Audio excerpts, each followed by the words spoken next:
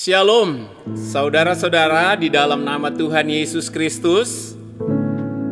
Dimanapun Anda berada pada saat ini, mari saya ajak saudara untuk bersama-sama beribadah secara online. Mari kita siapkan hati kita. Sebelumnya, mari kita sama-sama untuk berdoa. Bapa yang di surga, di dalam nama Tuhan Yesus Kristus, hari ini kami mau datang kembali kepada Tuhan. Kami mau memuji, memuliakan nama Tuhan. Kami mau mendengarkan firman Tuhan. Kami mau bersama-sama, dimanapun kami berada pada saat ini, semuanya tertuju kepada Tuhan. Di dalam nama Tuhan Yesus Kristus. Haleluya. Amin.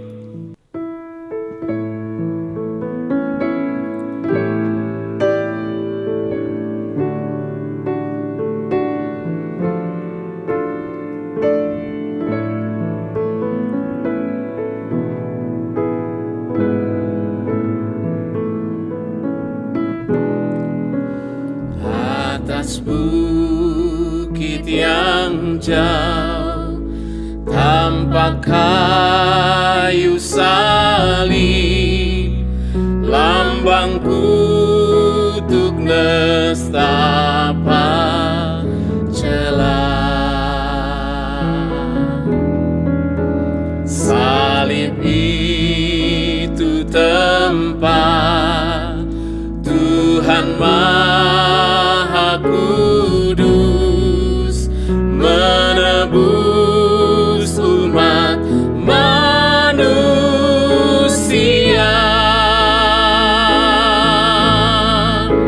Salib itu kusunjung penuh hingga tiba saatku pulang. Salib itu ku rangkul teguh,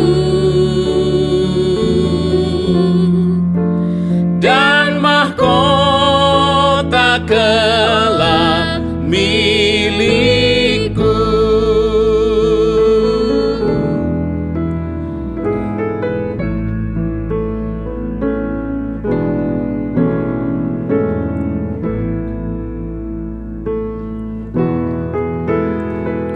Setia tetap ikut jalan salib, meski diriku pun dicela.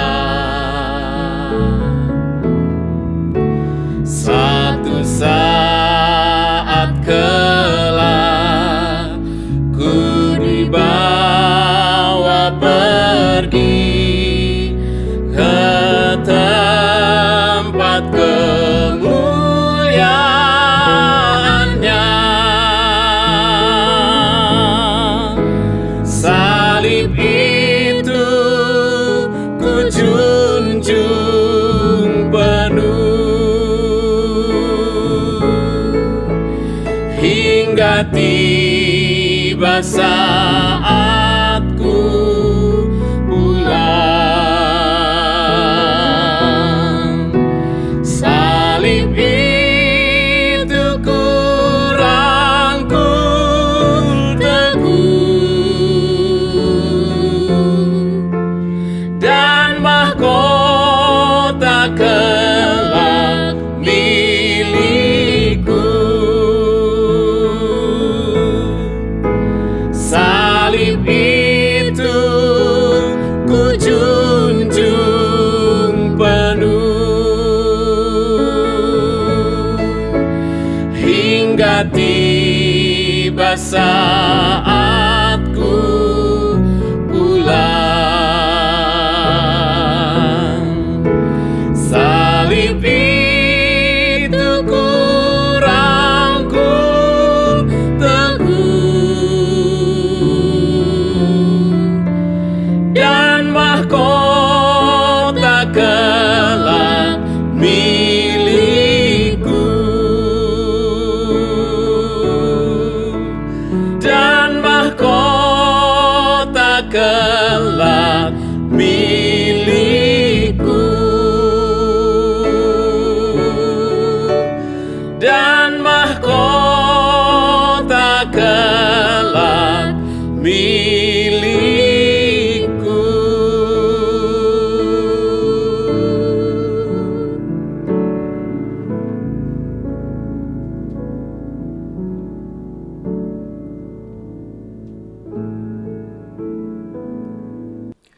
Mari saudara, kita naikkan pujian yang kedua.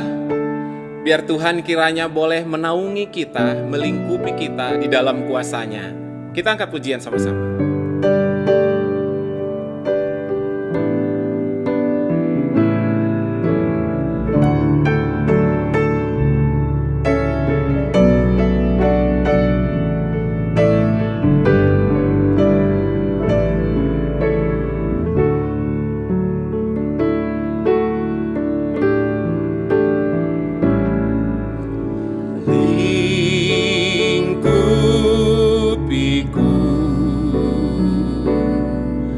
Dengan sayap-Mu,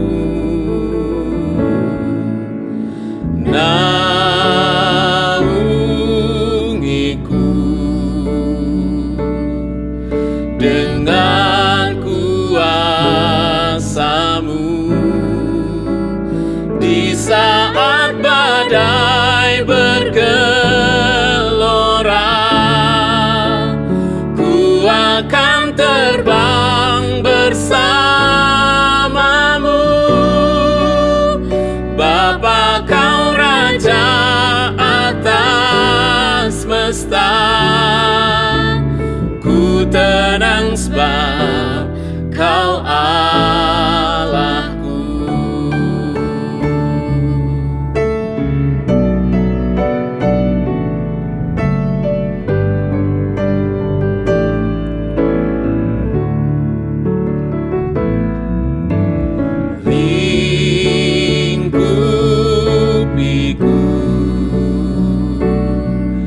Dengan sayap-Mu,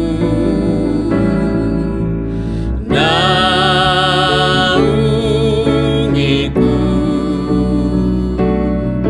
dengan kuasa-Mu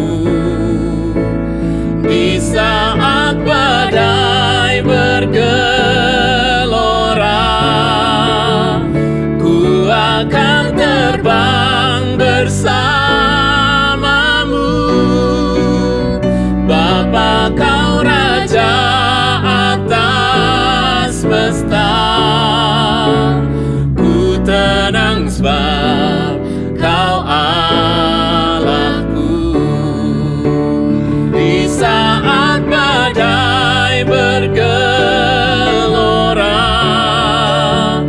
ku akan terbang bersamamu, Bapa, Kau Raja atas semesta. Ku tenang sebab Kau Allahku. Ku tenang sebab Kau Allahku. Ku tenang sebab Kau Allahku.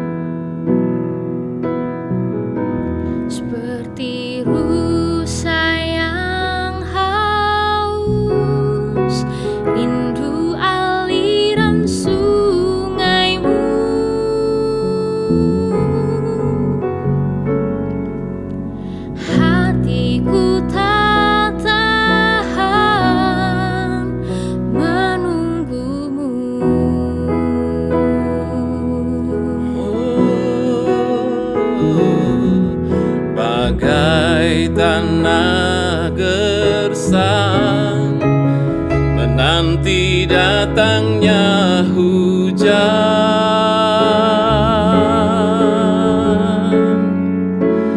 begitupun jiwaku, Tuhan.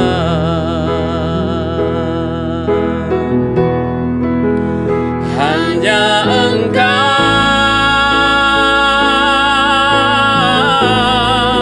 pribadi yang mengenal hatiku, tiada yang tersembunyi bagimu. Seluruh isi hatiku Kau tahu, dan bawaku untuk lebih dekat lagi padamu, tinggal dalam indahnya dekapan kasih-Mu.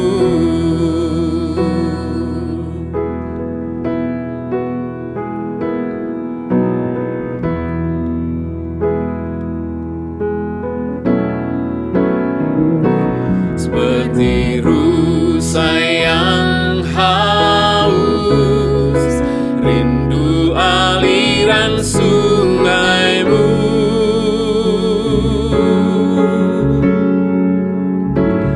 hatiku tak tahan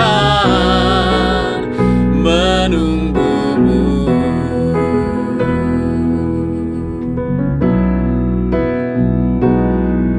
Bagai tanah gersang menanti datangnya hujan,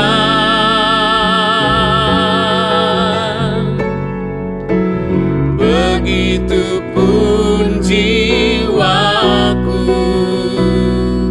Tuhan.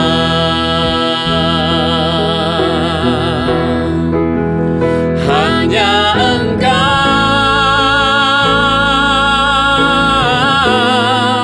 pribadi yang mengenal hatiku, tiada yang tersembunyi bagimu. Seluruh isi hatiku Kau tahu, dan bawaku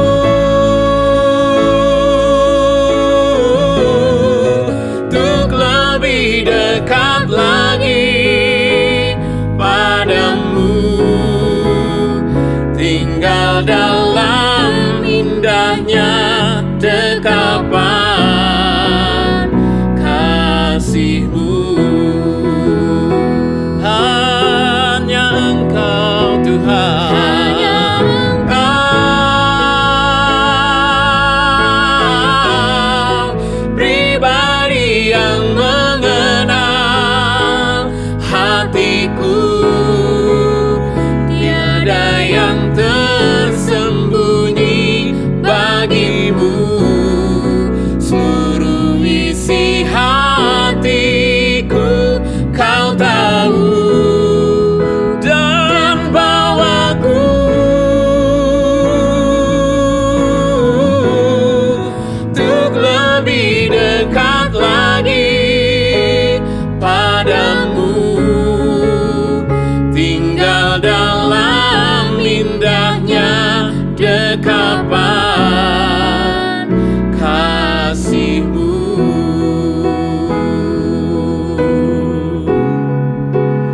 Tinggal dalam indahnya dekapan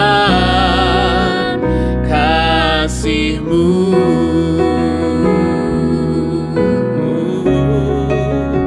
Tinggal dalam indahnya dekapan kasih-Mu.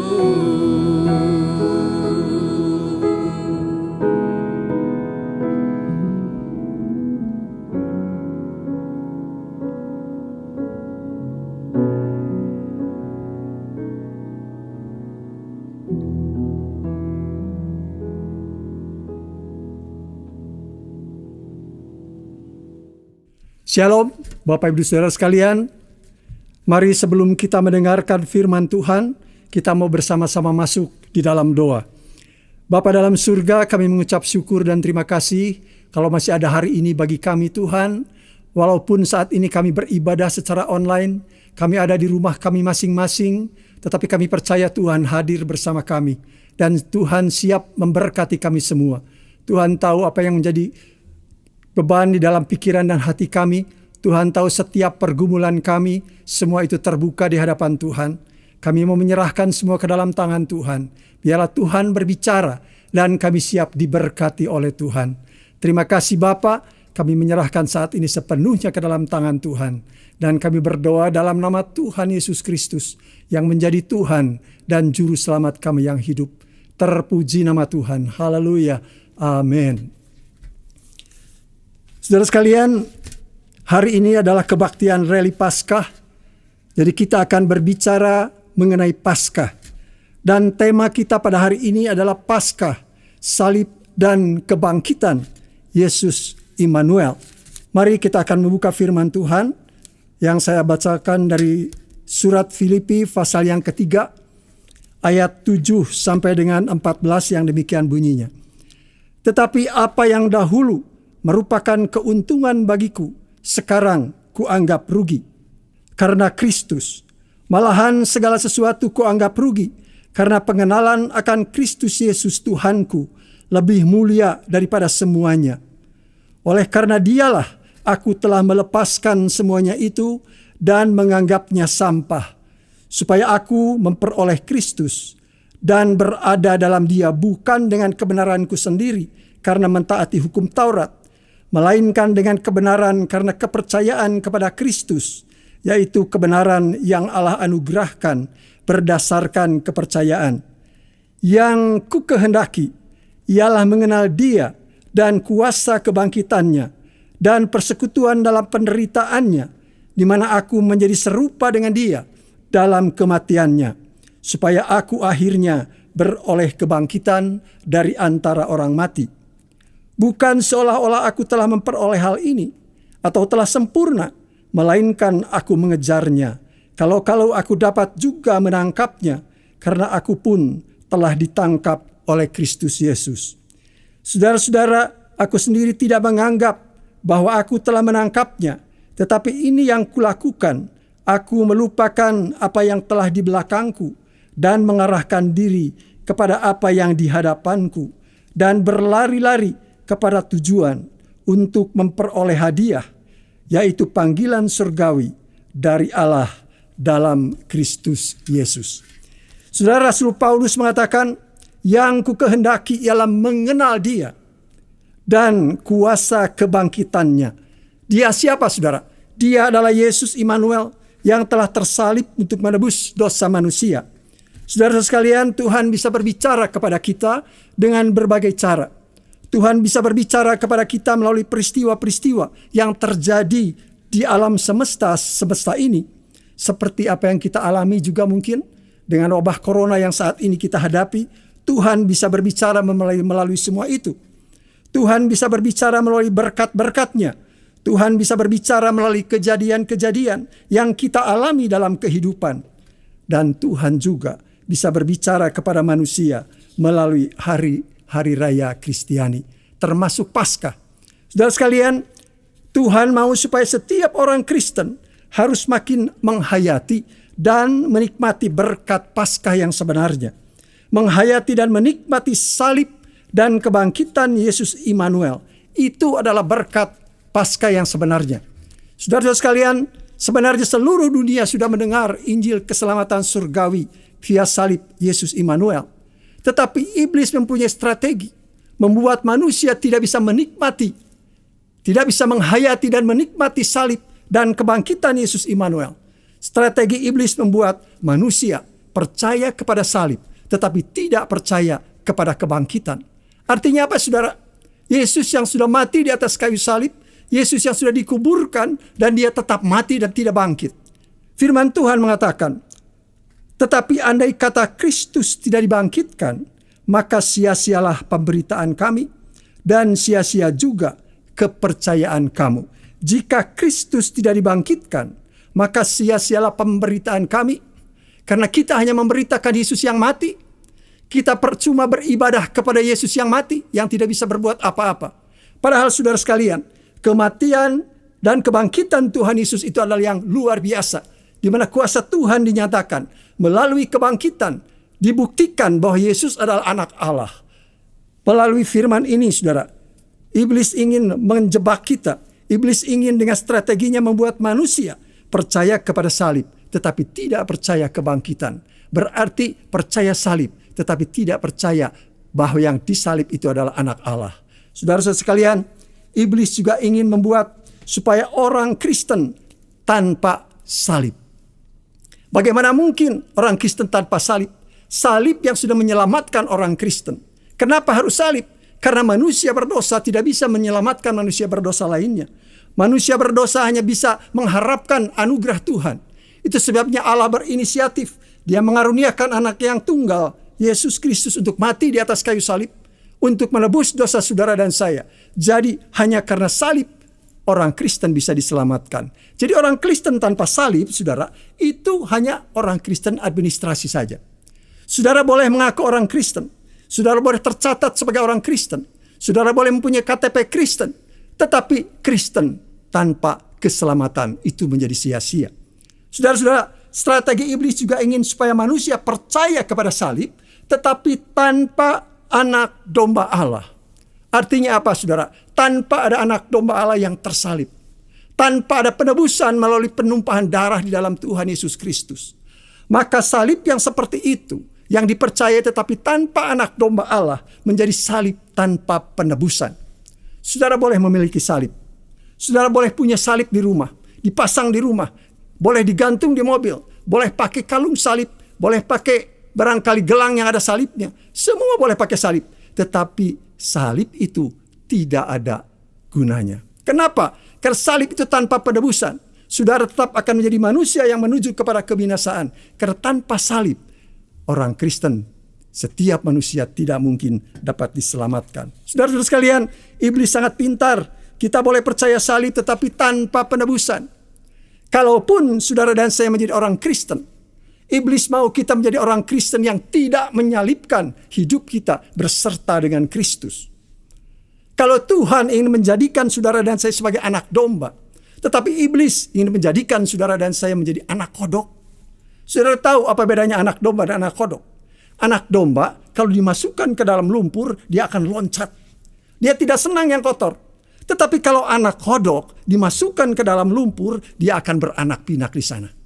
Saudara, iblis mau supaya saudara dan saya menjadi orang Kristen, tetapi tetap hidup di dalam dosa. Sehingga ada kemungkinan orang Kristen ini bisa terdesak oleh hidupnya dalam dosa, akhirnya menuju kembali kepada kebinasaan. Itu strategi iblis. Tetapi puji Tuhan, saudara, kalau iblis mempunyai rencana supaya manusia tidak bisa menghayati dan menikmati salib dan kebangkitan Yesus Immanuel, tetapi Tuhan menyediakan keselamatan surgawi via salib Yesus Immanuel saja. Kenapa harus melalui salib Immanuel saja? Karena Yesus Immanuel, karena Yesus itu adalah Tuhan dan Juru Selamat. Mari kita buka saudara dalam 1 Korintus 8 ayat 6. Saya akan bacakan buat saudara. Namun bagi kita hanya ada satu Allah saja, yaitu Bapa, yang daripadanya berasal segala sesuatu dan yang untuk Dia kita hidup, dan satu Tuhan saja, yaitu Yesus Kristus, yang olehnya segala sesuatu telah dijadikan dan yang karena Dia kita hidup. Satu Tuhan saja, yaitu Yesus Kristus, dan karena Dia, karena Yesus Kristus kita hidup. Artinya apa, saudara? Artinya Yesus Kristus adalah Tuhan dan Juru Selamat. Karena hanya Dia yang bisa berkata dengan tegas, "Akulah jalan dan kebenaran dan hidup. Tidak ada seorang pun yang datang kepada Bapa kalau tidak melalui aku." Saudara-saudara sekalian, kenapa harus salib Yesus Immanuel saja? Karena Yesus Immanuel adalah anak domba Allah yang sudah dikorbankan. Ketika Yesus berjalan, saudara, Dia datang kepada Yohanes Pembaptis untuk dibaptis. Yohanes Pembaptis berkata seperti ini, "Lihatlah anak domba Allah yang menghapus dosa dunia. Lihatlah, anak domba Allah yang menghapus dosa dunia. Saudara, kata menghapus di sini tidak bisa terjadi begitu saja. Manusia yang berdosa tidak bisa menghapus dosa manusia yang berdosa lainnya. Tetapi Tuhan Yesus Kristus, dia bisa menghapus dosa manusia. Bukan dengan begitu saja. Bukan karena saudara dan saya percaya kepada Tuhan Yesus, lalu enak saja dosanya dihapus. Tidak. Dosa adalah dosa. Dosa harus dihukum, saudara. Jadi untuk menghapus dosa manusia, tetap harus ada yang menanggung hukum karena dosa. Dan Yesus Kristus, Yesus telah menjadi anak domba Allah. Dia disalibkan dan dia menumpahkan darahnya untuk menjadi korban penebusan bagi saudara dan saya. Saudara sekalian, Tuhan Yesus begitu baik. Allah begitu baik. Allah mau saudara dan saya menikmati segalanya. Tuhan mau supaya kita menikmati berkat Paskah yang sebenarnya. Tuhan Yesus yang tidak mengenal dosa telah dijadikan dosa karena saudara dan saya. Dia mati di atas kayu salib supaya dosa saudara dan saya boleh dihapus dan ditebus. Saudara-saudara sekalian, dia yang tidak mengenal dosa, kata firman Tuhan, telah dibuatnya menjadi dosa karena kita, supaya di dalam dia kita dibenarkan oleh Allah. Di dalam dia, di dalam Yesus Immanuel, kita dibenarkan oleh Allah. Saudara sekalian, jadi kalau Allah melihat kita yang sudah percaya dan menerima Tuhan Yesus sebagai Tuhan dan Juru Selamat, dia tidak melihat kita sebagai orang yang berdosa. Tetapi dia melihat kita sebagai orang yang dibenarkan di hadapan Allah. Karena Kristus. Saudara-saudara sekalian, kita patut bersyukur. Tetapi tidak cukup hanya Tuhan Yesus saja yang tersalib. Tuhan ingin supaya saudara dan saya, setiap orang Kristen harus tersalib beserta Yesus Immanuel. Kenapa harus tersalib? Karena saudara, seorang yang telah percaya dan menerima Tuhan Yesus sebagai Tuhan dan Juru Selamat, dia dimeteraikan dengan Roh Kudus. Roh Kudus tinggal di dalam kita, sehingga terjadi satu persekutuan yang unik. Aku di dalam Bapa-Ku, kata Tuhan Yesus. Kamu di dalam aku, dan aku di dalam kamu. Dan firman Tuhan mengatakan, saudara, siapa yang ada di dalam Kristus, maka dia adalah ciptaan yang baru. Yang lama sudah berlalu, dan yang baru sudah datang. Bagaimana kita bisa hidup sebagai ciptaan yang baru, kalau yang lama masih ada dalam hidup kita? Itu sebabnya, saudara, kita harus mensalibkan hidup lama kita, supaya tubuh dosa itu hilang kuasanya, kata firman Tuhan. Supaya saudara dan saya tidak lagi menjadi hamba dosa, tapi hidup sebagai ciptaan yang baru di dalam Kristus. Saudara-saudara sekalian, kalau tadi kita sudah berbicara tentang strategi iblis yang ingin supaya kita tidak menikmati salib dan kebangkitan Tuhan Yesus Immanuel, tetapi Allah sudah menyediakan keselamatan di dalam Tuhan Yesus. Sekarang bagaimana kita sebagai orang Kristen bisa menikmati dengan sebenarnya, bisa menghayati dan menikmati salib dan kebangkitan Yesus Immanuel? Saudara, pertama, kita harus memiliki iman yang sederhana. Apa itu iman yang sederhana? Iman yang bisa percaya 100% tanpa syarat kepada firman Tuhan. Iman yang tidak ruwet, saudara. Iman yang ruwet itu iman yang kalau bisa menerima, kalau dia yakin itu bisa masuk akal dia. Kalau menurut hikmat dia itu bisa diterima, baru dia percaya. Tetapi itu bukan iman yang sederhana. Saudara, ada seorang hamba Tuhan, dia ingin menggambarkan tentang bagaimana iman yang sederhana. Ketika dia berkhotbah, dia buka jam tangannya, kemudian dia taruh di atas mimbar. Dan dia berkata, siapa di antara saudara-saudara yang mau jam tangan ini, silahkan naik dan ambil. Saudara, jemaat saling lihat satu dengan yang lain, berbisik satu dengan yang lain. Mereka tidak yakin apakah benar hamba Tuhan ini akan memberikan jam tangannya buat mereka. Tetapi saudara, tiba-tiba ada seorang anak yang duduk di paling depan. Dia lari naik ke atas mimbar, lalu dia ambil jam tangan itu. Dan dia kembali duduk. Siapa yang mendapat jam tangan hamba Tuhan itu? Anak itu, saudara. Kenapa anak itu bisa mendapat jam tangan? Karena dia punya iman yang sederhana. Karena dia percaya apa yang dikatakan hamba Tuhan itu. Kalau mau, kamu kesini ambil. Dia datang, dia ambil, dia dapat, saudara. Tetapi sementara orang tua yang merasa bijaksana, yang merasa bisa berpikir lebih baik, mereka cuma bisa lihat kiri, lihat kanan. Tetapi tidak menikmati. Itu sebabnya, saudara, firman Tuhan mengatakan, Tuhan menyembunyikan kebenaran dari orang yang merasa bijak dan pandai, tetapi Ia menyatakan kepada orang yang merasa kecil. Saudara, ketika firman Tuhan berkata Injil adalah kekuatan Allah yang menyelamatkan setiap orang percaya, orang yang punya iman sederhana dia langsung terima, saudara. Dia nggak bilang kenapa begini, kenapa begitu, mana bisa. Dia langsung percaya dan dia diselamatkan. Dan orang yang memiliki iman yang sederhana, dia bisa menikmati kehadiran Tuhan, dia bisa menikmati pertolongan Tuhan, dia bisa menikmati bahwa Tuhan itu benar-benar ada di dalam kehidupannya. Ketika firman Tuhan berkata dalam Filipi 4 ayat 6, janganlah hendaknya kamu khawatir tentang apapun juga. Janganlah hendaknya kamu khawatir tentang apapun juga. Apa itu apapun juga? Bisa saja masalah rumah tangga, bisa masalah usaha, masalah pekerjaan, masalah kesehatan, masalah masa depan, atau mungkin masalah jodoh, teman hidup, atau juga masalah kekhawatiran yang sedang kita alami saat ini. Dengan wabah corona yang sedang tersebar di seluruh dunia sampai di Indonesia ini. Itu semua kekhawatiran, saudara. Tetapi firman Tuhan mengatakan janganlah hendaknya kamu khawatir. Mana bisa tidak khawatir. Tetapi Tuhan tidak berkata hanya jangan. Tuhan memberikan solusi. Tetapi nyatakanlah dalam segala hal keinginanmu kepada Allah di dalam doa dan permohonan dengan ucapan syukur. Saudara, kenapa tidak cukup dalam doa saja? Karena saudara bisa berdoa untuk doa tidur. Saudara bisa berdoa untuk doa makan. Mau berangkat saudara bisa berdoa. Tetapi kalau permohonan, itu berarti saudara dan saya mempunyai satu beban. Mempunyai satu kesungguhan. Mempunyai sesuatu yang ingin diutarakan kepada Tuhan. Dan melalui pergumulan, melalui permohonan saudara. Saudara mempunyai keyakinan bahwa hanya Tuhan yang bisa menjawab pergumulan saya. Pada waktu kita menaikkan permohonan kepada Tuhan, saudara. Jangan coba-coba mencari cara untuk bagaimana Tuhan menolong kepada kita. Tidak usah kita membantu Tuhan. Tuhan punya segala kuasa dan segala cara untuk menolong saudara dan saya. Dia bisa menjawab kita tepat pada waktunya. Percaya saudara, segala kuasa ada di dalam tangan Tuhan. Dia bisa melakukan semua menurut kehendaknya. Apapun yang dia mau buat bisa terjadi. Kita tinggal mengimani kepada dia. Seorang yang mempunyai iman yang sederhana, saudara. Ketika mendengar ini, maka dia akan menyerahkan semua yang menyebabkan khawatir kepada Tuhan. Apa yang sedang saudara dan saya khawatirkan saat ini? Kita dapat katakan kepada Tuhan. Percayakan kepada Tuhan. Karena dia adalah Allah kita yang besar.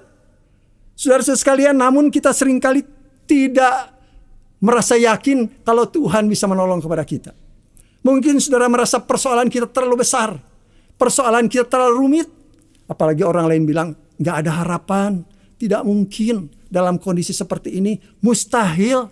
Saudara sekalian, firman Tuhan mengatakan, percayalah kepada Tuhan dengan segenap hatimu. Dan jangan bersandar kepada pengertianmu sendiri. Apapun pengalaman saudara, apapun kata orang, saudara tidak usah memberatkan itu. Tapi dengan iman yang sederhana, saudara percayakan itu kepada Tuhan. Dia yang sanggup menjawab lebih besar. Dia yang sanggup melakukan lebih banyak dari apa yang saudara doakan dan pikirkan. Akan menolong saudara dan saya. Miliki iman yang sederhana. Maka kita akan menikmati berkat Paskah yang sesungguhnya. Saudara sekalian, kita juga bisa menikmati berkat Paskah jika kita bermegah akan salib Yesus Immanuel. Kenapa kita harus bermegah? Karena melalui salib Yesus Immanuel kita boleh diselamatkan. Melalui salib Immanuel setiap orang yang percaya diselamatkan. Firman Tuhan mengatakan karena Allah ingin mendamaikan dunia ini dengan dirinya melalui Kristus. Ingin mendamaikan dunia ini dengan dirinya oleh Kristus. Saudara, berarti kasih Allah itu bukan hanya untuk bangsa tertentu. Bukan hanya untuk suku tertentu, golongan tertentu, atau bahkan bukan hanya untuk orang Kristen saja. Tetapi untuk setiap orang yang membutuhkan tanpa melihat latar belakang. Kasih Allah untuk dunia ini kata firman Tuhan. Jadi saudara sekalian, ada kesempatan buat kita di tengah wabah yang sedang melanda bangsa kita. Kita bisa menyatakan kasih Allah yang nyata kepada mereka. Tanpa memandang siapa dia. Kita membagikan kasih Allah itu kepada mereka. Saudara-saudara sekalian, bermegahkan salib Yesus Immanuel karena apa? Di dalam Galatia 5 ayat 24 dikatakan, barang siapa menjadi milik Kristus Yesus, ia telah menyalibkan daging dengan segala hawa nafsu dan keinginannya. Telah menyalibkan daging dengan segala hawa nafsu dan keinginannya. Karena ada salib Kristus, saudara, kita bisa menyalibkan hidup kita yang lama, yang penuh dengan keinginan daging, berserta dengan Kristus. Apa yang kira-kira keinginan daging yang ada, saudara? Kesombongan, kita salibkan bersama dengan Kristus. Kita gampang marah, kita salibkan bersama dengan Kristus. Apapun yang ada dalam kehidupan kita yang buruk, kita salibkan bersama dengan Kristus. Kemudian hidup dalam pimpinan Roh Kudus, bersekutu dengan Roh Kudus, sehingga tubuh kita, hidup kita yang tadinya mengeluarkan buah-buah daging, mengeluarkan buah-buah Roh Kudus. Saudara, ada seorang karyawan, dia bersaksi tentang bosnya begini. Pak, tahu nggak, katanya, itu bos saya, itu sering kali marah-marah. Kalau sudah marah, itu kebun binatang bisa keluar semua. Ya. Tetapi setelah dia jadi orang Kristen, ya jarang marah. Kalaupun marah, tidak sampai itu keluar kata-kata seperti itu. Ada lagi seorang bapak bilang begini sama saya, saudara. Dulu katanya saya kalau setir mobil, ada yang nyalip, wah saya maki-maki abis-abisan. Tetapi sekarang katanya, rasanya nggak enak ya. Mau maki-maki. Saudara, kenapa bisa begitu? Itu pekerjaan Roh Kudus. Karena kita menyalibkan bersama dengan Kristus dan kita hidup dalam pimpinan Roh Kudus. Saudara-saudara sekalian, kita bersuka cita akan kebangkitan Yesus Immanuel. Itu membuat kita bisa menikmati berkat Paskah yang sesungguhnya. Kenapa? Karena dengan kebangkitan Yesus Immanuel berarti kita memiliki Yesus yang hidup dan benar. Yang sudah mati karena dosa-dosa kita, yang sudah dikuburkan, dan yang sudah dibangkitkan pada hari yang ketiga, kata firman Tuhan, sesuai dengan kitab suci. Puji Tuhan, saudara, kita punya Yesus yang sudah bangkit, yang bisa mendengar doa kita, yang bisa menolong kita, bisa memberkati kita, dan juga bisa mendengar curahan hati kita. Saudara, kalau kita curhat sama orang, belum tentu mendapat jawaban. Yang pasti barangkali rahasia kita bisa kemana-mana. Tetapi kalau curhat kepada Tuhan, jawabannya pasti dan rahasianya terjamin. Ya, karena Tuhan mengasihi kita. Tuhan bilang, curahkanlah isi hatimu di hadapannya. Allah ialah tempat perlindungan kita. Saudara-saudara sekalian, Tuhan begitu baik. Ya, Tuhan ingin kita bersuka cita karena kebangkitan Yesus Immanuel. Karena Yesus sudah bangkit, kita boleh menikmati kuasa yang luar biasa. Yang membuat kita bisa bertahan di dalam pergumulan, bertahan di dalam penderitaan. Seperti Rasul Paulus katakan, kekuatan yang melimpah-limpah itu berasal dari Allah, bukan dari diri kami. Karena Kristus sudah bangkit, saudara. Kita bisa dikuatkan ketika kita lemah. Firman Tuhan mengatakan, sebab jika aku lemah, Rasul Paulus bilang, maka aku kuat. Saudara pernah merasa lemah? Saudara pernah merasa tidak berdaya? Saudara pernah merasa tertekan? Saudara bilang kepada Tuhan, Tuhan, saya tidak bisa. Saya lemah, dan Tuhan memberikan kekuatan kepada kita. Dengan kebangkitan, saudara. Dengan kebangkitan Yesus Immanuel, pada suatu saat kita akan bangkit dan tinggal bersama Dia. Saudara-saudara, yang terakhir, karena Yesus Immanuel bangkit, maka tidak sia-sia ibadah dan pelayanan kita. Karena Yesus Immanuel sudah bangkit, saudara, kita mempunyai Tuhan yang hidup, di mana di dalam Yesus Immanuel ada pengharapan untuk hidup yang sekarang ini dan untuk hidup yang akan datang. Yang sekarang ini Tuhan memimpin kita, menyertai kita, memberkati kita, melindungi kita, membentengi kita. Dan untuk hidup yang akan datang, kita boleh mempunyai jaminan keselamatan di dalam Tuhan Yesus Kristus. Saudara, karena Kristus sudah bangkit, maka kita melayani Tuhan yang hidup, yang sudah mengalahkan maut. Karena Yesus Immanuel sudah mengalahkan maut, maka saudara dan saya yang percaya juga bisa menang atas maut. Dan kalau saudara dan saya mempunyai Yesus yang bangkit, maka apa yang kita buat, saudara, untuk Tuhan, melayani Tuhan, bahkan untuk menolong mereka yang tidak mampu, yang memerlukan, kita menyatakan kasih Allah, maka Tuhan akan mencatat itu. Tuhan akan memperhatikan dan Tuhan akan memberkati. Saudara, nanti selesai khotbah ada satu sandiwara singkat berupa audio yang menceritakan tentang hal ini. Tuhan ingin supaya saudara dan saya terbuka bahwa kasih Allah bukan hanya untuk seseorang, segolongan, satu bangsa, tetapi untuk dunia ini. Saudara-saudara sekalian, setiap kali Paskah kita harus lebih mantap menghayati dan menikmati kematian dan kebangkitan Yesus Immanuel. Salib dan kebangkitan yang merupakan berkat Paskah yang sesungguhnya. Bagaimana saudara setelah mengikuti sekian kali Paskah?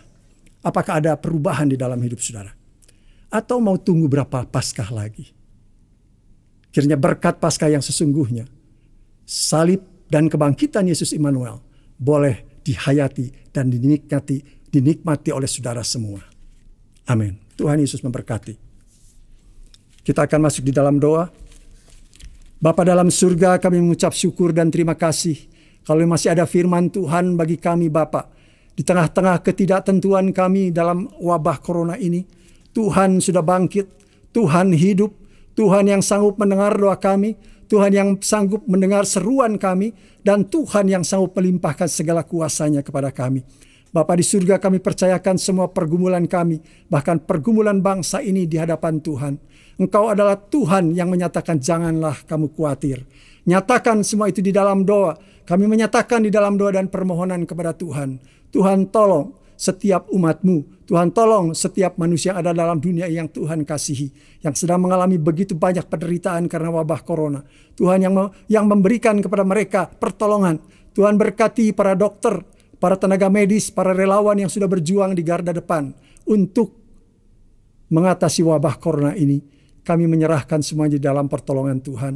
Berkati Bapak Presiden kami, berkati Wakil Presiden, berkati seluruh menteri, berkati TNI Polri, berkati Gubernur, Wali Kota, Bupati, Camat, Lurah, bahkan RT, RW, Kepala Desa. Tuhan berkati semua, dan biarlah kami percayakan semua dalam pertolongan Tuhan. Tolong jika ada jemaat Tuhan yang sakit, Tuhan sembuhkan. Yang lemah Tuhan kuatkan. Yang ada masalah dalam rumah tangga, usaha, dan pekerjaan, Tuhan juga yang memberikan jalan keluar. Terima kasih Bapak. Kami percaya Tuhan sudah mendengar doa kami. Karena kami berdoa di dalam nama Tuhan Yesus Kristus yang sudah bangkit bagi kami. Terpuji nama Tuhan. Haleluya. Amin. Baik, saat ini kita ada kesempatan untuk mengikuti sebuah refleksi tentang kekristenan. Sebuah perenungan tentang kasih. Suatu malam, tampak di sebuah halte ada seorang ibu sedang menggenggam kantong hitam berisi nasi dan lauk yang masih hangat. Saat itu cuaca begitu dingin, namun ia hanya mengenakan baju kaos tipis berwarna hijau miliknya. Ia kedinginan, seraya menantikan bis yang biasa lewat untuk mengantarnya ke rumahnya. Di seberang jalan tampak sejumlah orang keluar dari gereja. Dan entah mengapa, pemandangan itu terlihat begitu hangat. Meskipun saat itu gerimis mulai turun. Bis pun datang dan ia masuk. Ia duduk di satu-satunya kursi yang tersisa. Di perjalanan, ia terlibat pembicaraan hangat dengan seorang pemuda. Dan sesaat sebelum pemuda itu turun, pemuda tersebut memberikan sebuah buku traktat kecil yang bercerita tentang kasih Tuhan. Ia pun tahu bahwa pemuda tersebut beragama Kristen, satu kepercayaan yang berbeda dengan kepercayaan yang ia yakini. Hujan turun membasahi kaca jendela bis yang ia tumpangi. Dan sepanjang jalan, ia membaca buku yang diberikan si pemuda itu. Sulit bagi si ibu untuk percaya bahwa ada orang yang begitu mengasihinya. Tampak sekali-kali ia mengernyitkan dahinya dan menatap butiran air dan wajahnya di kaca jendela. Lalu ia memejamkan mata dan berdoa. Tuhan, Aku butuh kasih itu. Bis pun berhenti. Lalu si ibu turun dan berlari ke rumahnya sambil memeluk kantong nasi untuk anaknya. Sesampainya di rumah, ia segera memberikan nasi yang masih hangat itu kepada anaknya. Anak yang sudah lapar segera makan nasi tersebut dengan sangat lahap. Air hujan masih membasahi wajah si ibu. Ketika anaknya sadar di tengah makannya bahwa ibunya mungkin belum makan, si anak berhenti sejenak, melirik ibunya dan menawarinya makan. Namun sang ibu hanya tersenyum dan menyuruhnya melanjutkan makan. Setelah makan, si anak bertanya, Ibu, bagaimana sakit ibu? Ibu tidak apa-apa, Nak. Tidurlah. Besok kamu harus bangun pagi-pagi.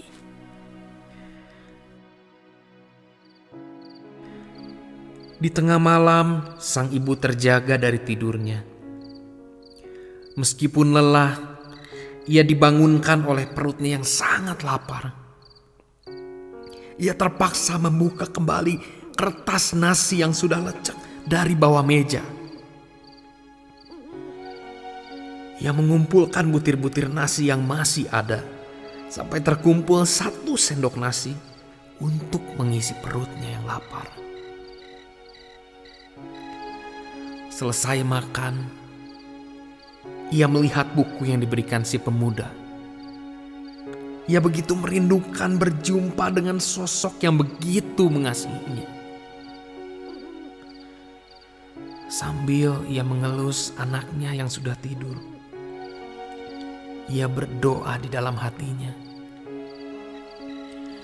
Ya Tuhan, tunjukkanlah jalan-Mu.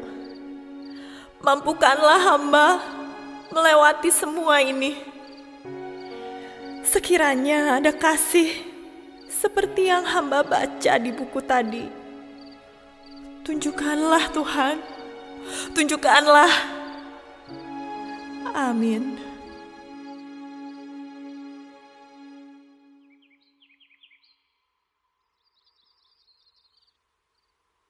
Keesokan harinya, ia pergi ke gereja dan berharap berjumpa dengan orang-orang yang begitu mengasihinya. Ia hadir sesaat sebelum pintu gereja ditutup. Seorang pemuda yang bertugas menyambut jemaat melihatnya dan menyangka si ibu hanyalah seorang pengemis yang hendak menumpang ke toilet. Karena tidak yakin dengan si ibu,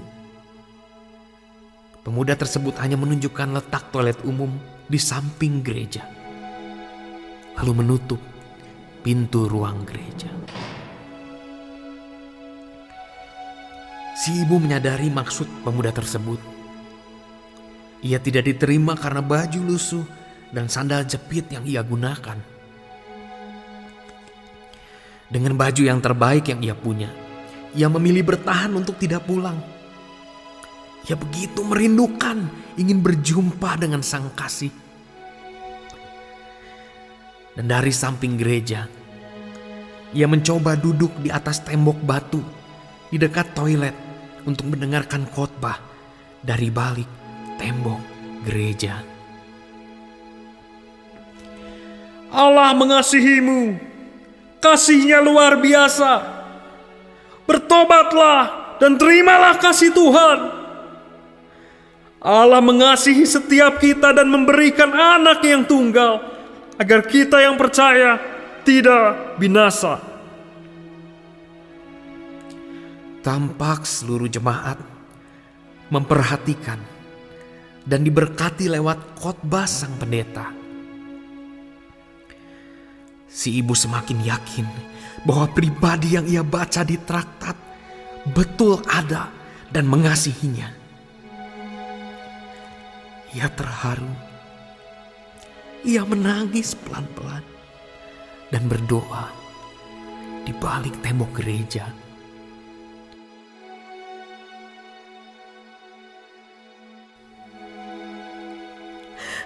Yesus, aku ingin mengenalmu. Aku ingin merasakan kasih-Mu.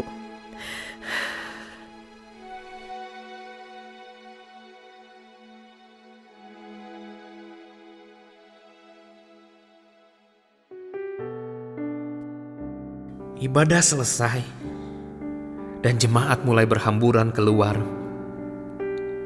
Tempat-tempat dagang mulai dipenuhi jemaat. Dan tampak keluar juga dari gereja Bapak Pendeta yang tadi berkhotbah. Si ibu begitu ingin berbincang dengannya. Namun karena Bapak Pendeta itu tampak terburu-buru, si ibu mengurungkan niatnya. Dan hanya mengikuti pendeta tersebut yang diundang makan oleh salah seorang aktivis gereja di kantin soto di depan gereja. Si ibu teringat akan anaknya yang suka sekali dengan soto. Dan ia pun mencoba menawar kepada bapak yang berjualan soto. Pak, bolehkah saya pesan soto? Setengah porsi saja. Awalnya si bapak penjual agak bingung. Tapi kemudian ia memahami keadaan si ibu. Ia pun membuatkan sebungkus nasi soto, 1 porsi. Dan sambil menunggu soto yang sedang dibungkus, si ibu mendengar bagaimana Pak Pendeta dan orang-orang yang sedang makan sibuk membahas tentang alokasi penggunaan anggaran untuk membeli beberapa peralatan tambahan yang ia rasa perlu. Ia juga mendengar seorang pemuda yang tampaknya mengepalai departemen pemerhati jemaat. Pemuda tersebut menyampaikan rencana pembagian sembako minggu depan di gereja. Dan ini merupakan kabar baik bagi si ibu. Ia beranjak dari tempat itu dan sambil tersenyum, ia berdoa dalam hatinya. Tuhan, terima kasih untuk jalan-Mu. Terima kasih untuk soto ini. Aku dan anakku bisa makan mewah hari ini. Minggu depannya, ia mengajak anaknya ke gereja. Mereka melihat ada antrian orang-orang yang sedang mengambil sembako. Cepat-cepat mereka menuju antrian. Dan lewat di depan mereka seorang bapak yang sudah mendapatkan sembako. Si ibu pun memanggil bapak tersebut dan bertanya, Maaf Pak, bagaimana kami bisa menerima beras itu? "Apa ibu jemaat gereja ini?" Bukan Pak, bukan. Tapi saya dan anak saya sangat membutuhkannya. "Maaf bu, ini beras khusus untuk jemaat gereja ini."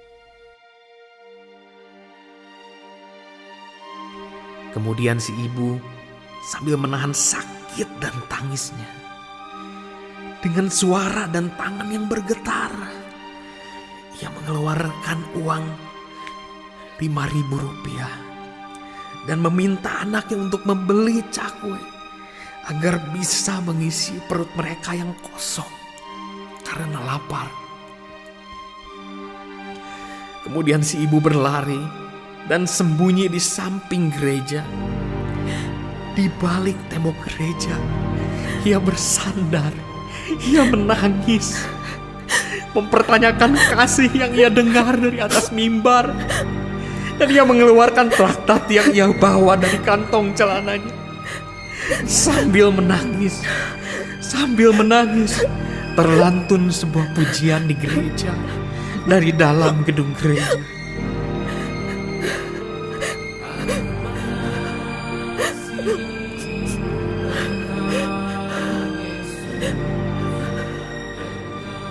Lalu si ibu mulai melepaskan traktat tersebut dari genggamannya. Ia menarik dan meremas bajunya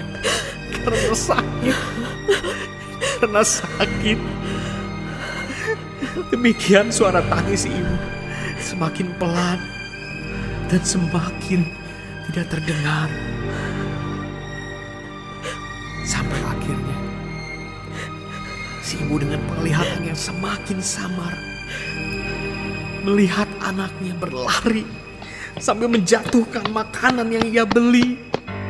Suara tangis anaknya pecah menembus dinding gereja. Ibu, ibu, jangan tinggalkan aku, Bu. Ibu, ibu, jangan tinggalkan aku, Bu. Ibu, ibu, jangan tinggalkan aku, Bu. Ibu, ibu, ibu, ibu, jangan tinggalkan aku, Bu. Ibu, ibu. Dalam pelukan anaknya, sang ibu menghembuskan napas terakhirnya di balik tembok gereja. Dari tembok itu terpampang sebuah ayat. Sebab ketika aku lapar, kamu tidak memberi aku makan. Ketika aku haus, kamu tidak memberi aku minum. Ketika aku seorang asing, kamu tidak memberi aku tumpangan. Ketika aku telanjang, kamu tidak memberi aku pakaian. Ketika aku sakit dan dalam penjara, kamu tidak melawat aku.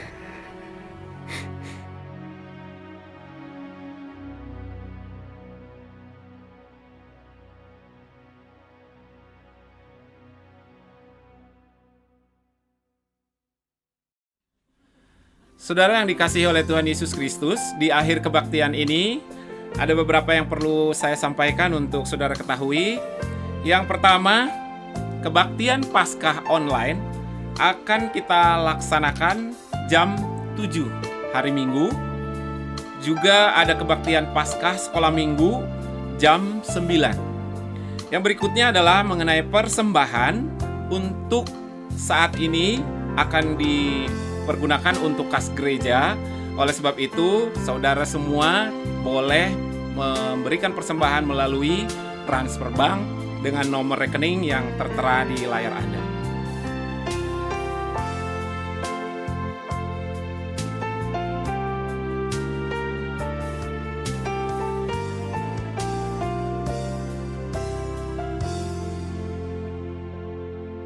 Terima kasih Bapa di surga, kalau Tuhan sudah beri kami kesempatan mendengar firman Tuhan, walaupun secara online. Terima kasih semua sudah berjalan dalam pimpinan dan berkat Tuhan. Saudara-saudara kekasih, terimalah berkat Tuhan, kasih daripada Allah Bapa, anugerah di dalam Tuhan Yesus Kristus, dan kuat kuasa karena persekutuan Roh Kudus yang akan memberikan kita senantiasa kekuatan, kesetiaan, sampai Maranatha Tuhan datang kembali. Terpuji nama Tuhan, haleluya, amin.